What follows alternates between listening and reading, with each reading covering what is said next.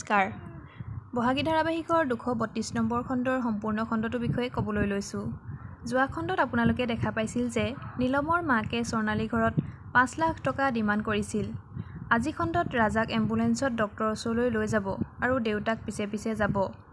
অন্যহাতে নীলমৰ মাকে স্বৰ্ণালী দেউতাকক 5 লাখ টকা বিচৰাৰ বাবে স্বৰ্ণালী ভনীয়েকে নীলমৰ মাকক জেলৰ ভাত খুৱাম বুলি কৈছিল আৰু এইবোৰ কথা কোৱা বাবে তাই স্বৰ্ণালীৰ ওচৰত ক্ষমা বিচাৰে। তেতিয়া স্বৰ্ণালীয়ে কয়, তোক বেয়া পোৱা নাই, এইবোৰ কথা মোক চম্ভালিবলৈ দে, মোৰ ওপৰত বিশ্বাস ৰাখ, সেইজনী মায়ে এদিন মোক মৰম কৰিব আৰু ক'ব তই ভালকৈ পঢ়িবি, মই যাওঁ।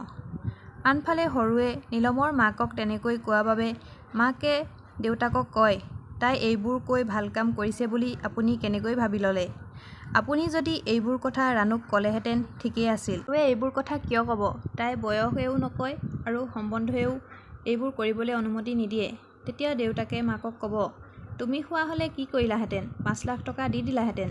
লগতে আৰু ৰাণুৱে যে ব্লেকমেইল কৰিছিল এই কথা মাকক বুজাই কয়।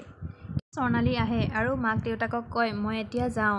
অন্যহাতে ৰাজাৰ দেউতাকে মেডিকেলৰ পৰা ফোন কৰি মাকক কয় যে তুমি আহিব নালাগে, মোকেই সোমাবলৈ দিয়া নাই।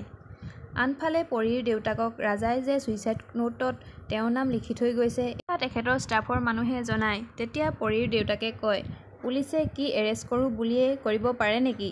এই বুলি ষ্টাফৰ মানুহজনক যাবলৈ দিয়ে। অন্যহাতে ৰাজাৰ দেউতাকে হস্পিটেলত ভাবি থাকে যে ৰাজাই যে ছুইচাইড কৰিলে তেওঁৰ বাবেই কৰিলে নেকি নে বেলেগ কাৰণত কৰিলে ভাবি থাকে। আনফালে নীলমৰ মাকে ঘৰত আহি নীলমক স্বৰ্ণালীৰ ভনীয়েকে পুলিচৰ ভয় দেখাইছিল এই কথা নীলমক কয়।